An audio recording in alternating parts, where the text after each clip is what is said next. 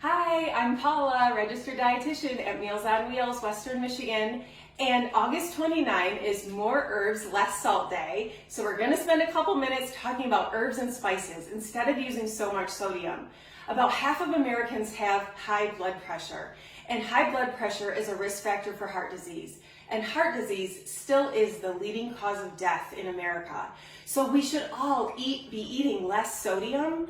And sodium is found everywhere. It's mostly in processed foods. That's where we get the most in, not so much the salt that we're adding. But let me show you how much sodium is in just 1 teaspoon of salt. That's 1 teaspoon, not very much. There are 2,300 milligrams of sodium in just that 1 teaspoon of salt.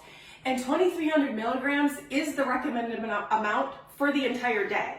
Most Americans eat about 4,300 milligrams, so almost double that. So we want to cut that down. One way we can do that is to use more herbs and more spices and to cook at home. So let me show you a few that I have here today.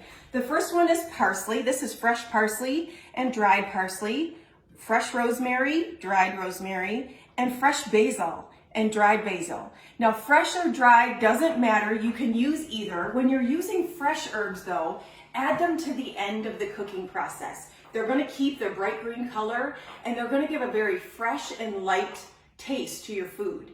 Now, dried spices can be used anytime through the cooking process and you don't need as much. Let me just show you here the equivalent. If you had 1 tablespoon, this is fresh cilantro, the equivalent to that in dried would be 1 teaspoon, which looks like that.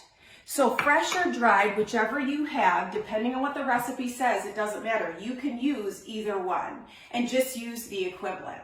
So this would be a great way to not use the salt, but to use some fresh herbs and spices in your cooking. And I have one to show you here. This is a taco seasoning that we use at Meals on Wheels. It's called Tammy's low sodium taco seasoning. So put this together at home. It's super quick and easy. Of course, I have my mise en place all ready to go. So let me tell you what's in here. This is 1 1/3 tablespoon of granulated garlic. Garlic powder would be good to use. This is chili powder, 3/4 cup. We have cumin, 1/4 cup. This is paprika. I had smoked paprika that I'm using today. That's 1/3 cup. 2 tablespoons of black pepper.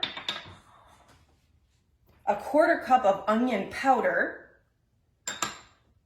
And this is 1 tablespoon of salt. Now this is going to go a long way in this recipe. All you have to do is give this a little whisk. Mix them all up here, and this is going to be your taco seasoning. Now you can use this instead of those packets that you get at the store if you're going to do taco night or make burritos. And another way you can use this, since this is a lot, it'll probably keep about 6 months. If you know you're not going to use that all, why don't you put some in a decorative jar? Get ready for Christmas. This is a great homemade Christmas present. See if we can get some to pour in here. Now we're going to link this recipe so you have this at home. You just fill this jar right up.